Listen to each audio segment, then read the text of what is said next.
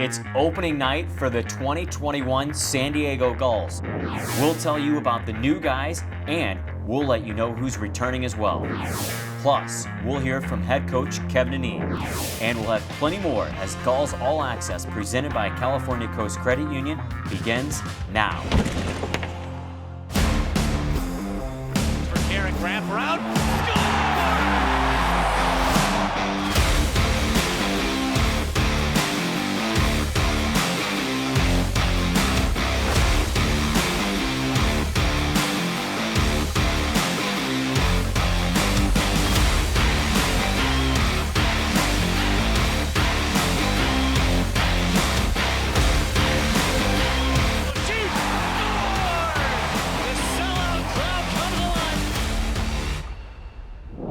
Hello everyone, I'm Andy Zilch. Thanks for checking out Gulls All Access. Here on this episode today, we will feature the newcomers for the San Diego Gulls. We'll run through the roster and we'll get you set up for tonight's game against the Bakersfield Condors. I'm joined by color commentator BJ McPherson. And BJ, let's go all the way back to the NHL draft because that's how this team was built. And let's start talking about the first pick for the Anaheim Ducks, Jamie Drysdale, and what he brings to the team. Well, what Jamie Drysdale brings is the number 6 pick overall in this year's entry draft and a player from Toronto, Ontario, Canada, which to my heart, bleeds really red. And he's a hockey player who's a right-handed defenseman. 87 points in 112 junior hockey games. Those are numbers you get from forwards. Yet he only played 2 years in the OHL. Here's a player you watch to jump up in the play solid defense, but he's a player to watch. And then to go along with Drysdale, another first-round selection, back-to-back years for the Anaheim Ducks to get 2 picks in the first round. And the second pick that they got in the first round was Perreault, who you're very familiar with. Well, what I get with Perreault, watching his father play for the Toronto Maple Leafs, here was a player when he played in the Quebec Major Junior League would score 60 and 70 goals a year. Now the times have changed and the play of hockey has changed, but his son is a knock off the old block, and he plays the same way. Here's a player we watch, and we watch the build in the NHL to become a 20-goal scorer. Well, I just talked about back-to-back years of first-round picks where they have 2 consecutive first-round picks. Last year, it was Trevor Zegras and Braden Tracy. And there's a theme here between all 4 of these first-round picks, and you can even go deeper than the first round too, BJ. Let's talk about just what these players bring to the table. And for me, I think it's speed, and you got a lot of high-end talent out of all of these players. And you can touch on Zegras and Tracy as well. Well, when you talk about speed, that's where you go to Drysdale. The way he's able to skate up and down the ice. You want defensemen to jump up in the play, but if you can't get back, you're a liability. You go on to go to Zegras. Here's a player, you look at his point production in the World Juniors playing for the United States. He had probably 12 assists, 2 games this year. In exhibition, he's already had double digits. Here's a playmaker. Watch for him to come up and be that guy with Johnny on the spot, putting you there in front of the net. Well, same thing could be said for Braden Tracy too, and he's a guy who's looking to work himself higher in the lineup, get those top line minutes. And don't forget too, all of these guys are below the age of 20, so it's something that can't be expected of them to come in and make a serious impact in the organization. And one thing that we know, BJ, it's that Bob Murray likes to groom his younger players. But with that being said, younger players also get some help from veteran presence. Now, the offseason started at an odd time this year. When you look at the free agency, it began on October 3rd. And the Gulls and the Anaheim Ducks put their heads together. They bring in 3 guys over the offseason that we all know very well. First of all, Sam Carrick, Chase DeLeo, and Andrew Podorowski. That veteran presence certainly helps with those younger guys. Well, Sam Carrick, where do you want me to start here? He's the team leader. He leads with the captain on his shoulder, and he plays that way. He's done it year after year, and I've talked about it time and time again. Here's a player who hasn't stopped checking in and punching his time clock in, and it showed year after year. I've gotten to see Sam Carrick progress over these years, and he's the true captain of this team, and he leads the San Diego team in the organization in a lot of offensive categories, but he's a player to bring the young guys up. And then to go along with those 3 players, you have a lot of new players that are coming into this organization. BJ, we know some names. We can go through them one by one, but let's just collectively talk about them. We have a guy named Jeff Glass, who we all know from 2 years ago, who was a backstopper for the team. We have Keegan Lowe, who's a former Bakersfield Condors captain. Andrew Agazzino, Cody Curran. Those are the types of guys that are coming in here. They're new to the team, but I think that they understand the culture and they can adapt very quickly with that core that we just mentioned with Podorowski, DeLeo, and Carrick. Well, I'm not going to go through all of them, but I'll start with Keegan Lowe. Every time the Gulls had played against the Bakersfield Condors, Keegan Lowe is one of those players. If he's not getting under your skin, we're not mentioning his name, and we mentioned his name a lot. Keegan Lowe is one of those guys who's going to be great in the locker room. These are the type of players you want to sign to bring up your young guys, to teach them the right ways of having to be a professional. Keegan Lowe is one of these guys this year. You know, you're not going to be looking for him to light the lamp that much, but then again, he's the guy to bring everybody else around and make them better as hockey players. So that's what you look to get out of veteran players. And after we talk about Keegan Lowe, you got to get to the backstops here. You know, it's like your catcher in baseball, but in hockey, it's the guy that stops the puck. You get Jeff Glass. He's been in the organization. Why is he coming back? Because he's that type of player to help the young guys. You look at Anthony Stolars. He's come up through this organization. Dostal's now a new goalie in who's played pretty good in the exhibition games. But what you get out of Jeff Glass is a player who's going to help the young guys. Well, yeah, and let's continue talking about Lukas Dostal. This is a guy who has played overseas for the past year and a half, let's say half, because he began this year overseas. BJ, his numbers overseas in the Finnish Elite League this year alone, he played in 11 games. He was a record of 10, 1, and 0. His save percentage around 94. His goals against average was under 2. Now, for a young kid, that's impressive when you're playing in an elite league overseas. Now he's adapting to the culture over here. And when I talk about the culture over here, it's obviously the North American style, but that also goes along with a smaller ice sheet, right? You're right. And again, the ice is going to be a lot smaller and not going to be the European ice where it's a lot larger.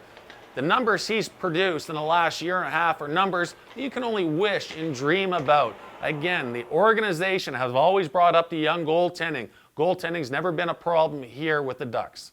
Now, fans might ask, why is Lukas Dostal so important? Why is he such a big talking point? Well, that parlays into the taxi squad. And if fans are unfamiliar, the taxi squad is that extra group of players that the Anaheim Ducks can dip into at any point in time.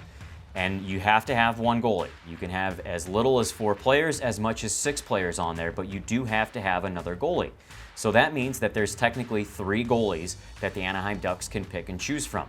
Now, that revolving door will also impact the San Diego Gulls, and that's where the goaltending comes into play. That's why you have such a good duo of Dostal and Glass, because you don't know on a daily basis if Anthony Stolars is going to be available. So BJ, I think not only with goaltending, but just overall, it's going to be a whirlwind to see how we're going to have the rosters throughout the year, but also it's going to show the depth of this organization. Well, the depth of this organization is only getting deeper and deeper through the draft the last 2 years, and then in the goaltenders. You look at it, if you're able to be on the taxi squad, you're pretty much on the team. You're able to be called up at any point. Taxi squad can change from day to day. But then again, that taxi squad in the NHL right now for the Anaheim Ducks is a taxi squad that's going to have a good 10 years in the NHL. The Gulls have had some time to fine-tune some things. They've had some preseason games that they've been able to work out the kinks. BJ, is it necessary to have this long of a training camp after such a long layoff of nearly 9.5 months before they finally hit the ice? Well, you can look at it both ways. Of course, all organizations want to get as many games you can to look and see who you've got, who's ready to go and who's not ready to go. Sometimes you got to make that decision earlier than you had later time. I'll tell you what, either way it goes, you got to have the right guys ready to go, and sometimes making that pick can be the decision in the game. Thanks very much, BJ. Coming up, we'll hear from head coach Kevin Dineen to get his read on the 2021 edition of the Gulls on this, the opening night edition of Gulls All Access. We'll be right back.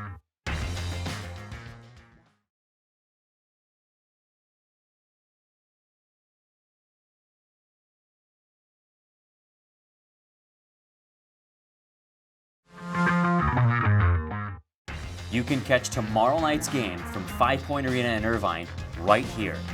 It's the Gulls and the Bakersfield Condors tomorrow on Fox 5. Well, head coach Kevin Dineen begins his second regular season with the Gulls tonight. In his first year leading the team, the Gulls got off to a slow start. But after New Year's, they got red hot and seemed to be peaking with the playoffs approaching.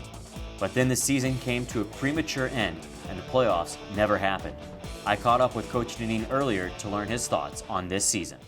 Well, Coach, it's your second season with the Gulls. Can you give us some insight on the culture in the locker room and what you can expect from your players on a day-to-day basis? Well, it's early. I mean, as training camp, you're trying to set a tone, and it's easy for me. We've got a great veteran presence. We've got some young players in there as well. You look at guys in a normal season, we have 3 players that would not be eligible to play for us right now. They would be playing in their respective junior teams. So exciting to have that blend of youth and experience. I think we also have really made a concerted effort to shore up our defense and make sure that we have players that defend well. And on the flip side of that, we're not just saying that's your job. We expect them to be involved in the rush as well. And, so I guess if you were to look at our team, you would say there's some really nice balance in a lot of ways. We do have that good balance provided by the captain, Sam Carrick. What makes him such a good leader and such a good presence in that locker room? Well, Sam's just he's a chill guy. He comes in, he's got a calm demeanor about him, but in saying that, when the puck drops, he's a fierce competitor. He's the kind of player that'll play the game any way you want. He can be physical. He's got a high-end skill, and obviously we respect and believe in his leadership qualities. And for the second year in a row, Sam will be our captain. There's always an emphasis of developing young players in the American Hockey League. But here in this organization, I feel like there's also a strong emphasis on a winning culture as well. Can you describe what the winning culture provides and why it's so important for these young players' development?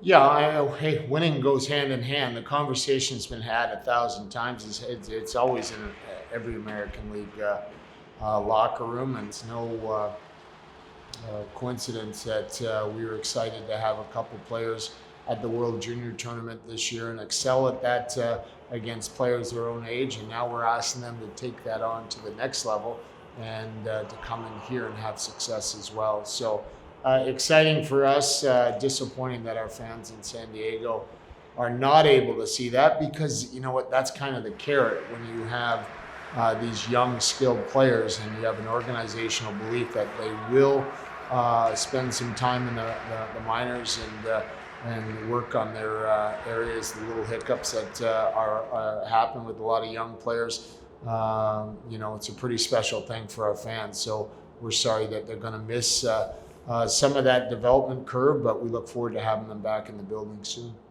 How much of an impact is it that fans aren't in the building right now? And I'm sure from a coaching standpoint, you have some recognition, and I know that you've probably heard some players talk about that as well. Well, I think it's huge. I think, for me, first and foremost, I saw our home fans in action, but that's not my example of the San Diego way. When we played our first game last year in Stockton, and we went down, it was Bakersfield, but we went down in the locker room, down in the lobby of the hotel, and there had to be 150 fans there for our season opener, and that was an eye-opener for me. I think there's a level of passion. There's great hockey history in San Diego, and I think the support speaks for itself. So we do miss that. We understand that it's a two-way street as well, and that's why we enjoy getting a chance to have some of our games televised on the radio and keep our San Diego ties and our roots strong. You talk about the identity of the team, but what type of personnel changes can our true fans expect to see that are different from last season heading into this season? Well, it changes. I mean, it's a very unique year in all of sports, and certainly in hockey, with a taxi squad of 3 or 4 players, 4 to 6 players actually, that will be on Anaheim's taxi squad. We're very fortunate that any kind of adjustment we make are basically a trip from 15 minutes up the road. So that's really beneficial to us. We understand there'll be a lot of transition within our lineup, and I think our number one priority is don't sweat the small stuff.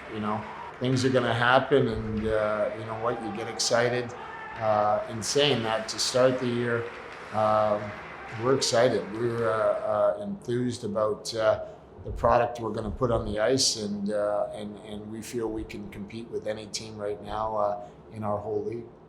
As camp was beginning a few weeks ago, how was it to get back to the game that you love and doing what you love and seeing all those faces again?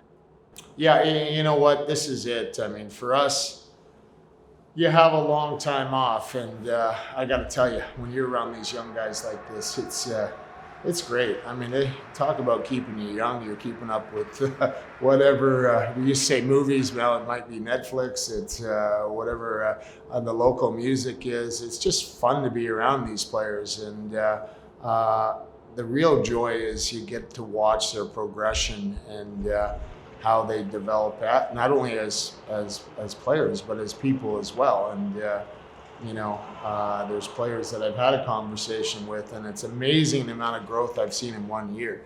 And I've got teenagers and kids in their young 20s now, and I see that every day, the personal growth that goes along. So it's so fun to be a part of that. It's so fun to be around the staff, whether it's the coaching staff or our whole group, our medical and equipment group, that we feel, strength and conditioning, that we feel that we do have a strong bond. And you know what, you miss that. And it's been a really, really fun to be here, and a fabulous setting that we have here at Great Park in Irvine. And again, we all have made it, there's some of us that are driving back and forth to San Diego, but well worth it to come and spend time together. Coming up, how the Gulls did in preseason, including a dramatic game at the Honda Center. Gulls All Access, presented by California Coast Credit Union. We'll be right back.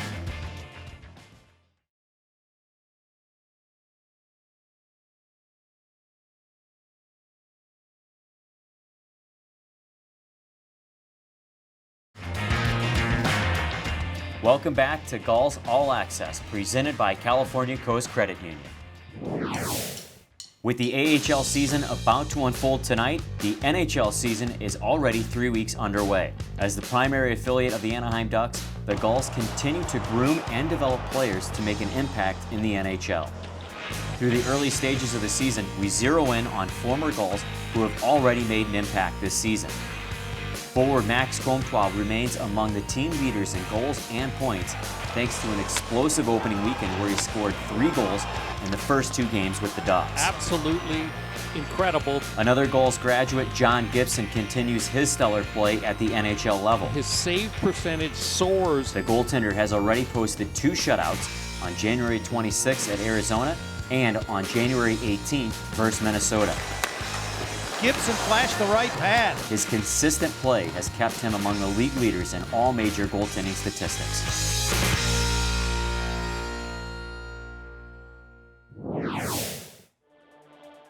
Much like years past, the Gulls enjoyed a preseason game at the home of the Ducks, the Honda Center.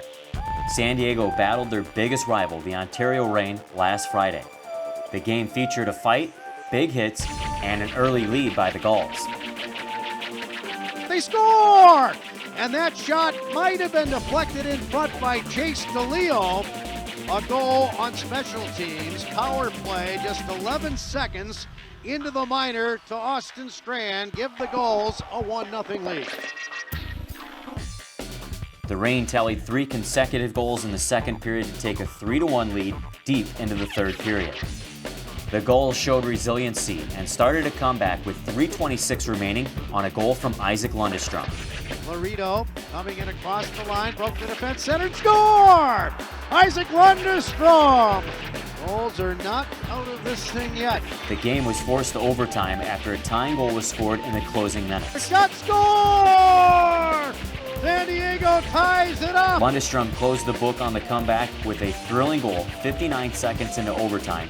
Isaac Lundestrom has won the game. The final preseason game was also a comeback victory. 18-year-old Jamie Drysdale scored a power play goal, and 19-year-old Trevor Zegras netted the game winner in a shootout win as the Gulls topped Bakersfield 4-3. San Diego finished the preseason winning 3 of their 4 games. On July 1st, the Anaheim Ducks announced a 3-year affiliation agreement with the Tulsa Oilers of the ECHL. Ducks Senior Vice President of Hockey Operations David McNabb said the team has always valued a working relationship with their ECHL affiliate, and they are thrilled about their multi-year agreement with a quality organization such as the Tulsa Oilers. The Ducks organization is committed to player development, and this relationship with Tulsa will only further that commitment.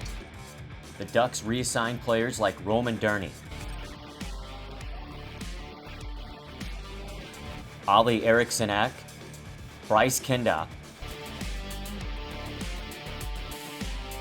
and Max Golod, just to name a few. Success has already translated from a previous relationship with the Oilers in years past with the likes of forward Alex Dostie. Head coach Rob Murray will enter his 4th season behind the bench in Tulsa, but his 13th consecutive season as a head coach, previously serving in the same capacity with the Alaska Aces of the ECHL. Murray led the Aces to the ECHL championship, winning a Kelly Cup in 2014. He's probably the toughest guy pound for pound, and that's the way he coaches. Having Rob Murray behind you as a coach is a guy that'll back you up. If you got to go on the ice and have the coaches fight, he'll be the #1 guy to do that. The city of Tulsa, Oklahoma has a rich history in hockey dating to 1928 with teams affiliated in the American Hockey Association, United States Hockey League, Central Hockey League, and ECHL. The most recent affiliate of the Ducks was the Utah Grizzlies from 2013 to 2018. That's going to do it for this show. Join us next time when we get to know defenseman Simon Benoit. And we'll catch up with the Carricks as Sam's brother Trevor has joined the Gulls via a trade. That and plenty more on the next edition of Gulls All Access presented by California Coast Credit Union. Until then, I'm Andy Zelch. Thanks for your dedicated support of your San Diego Gulls.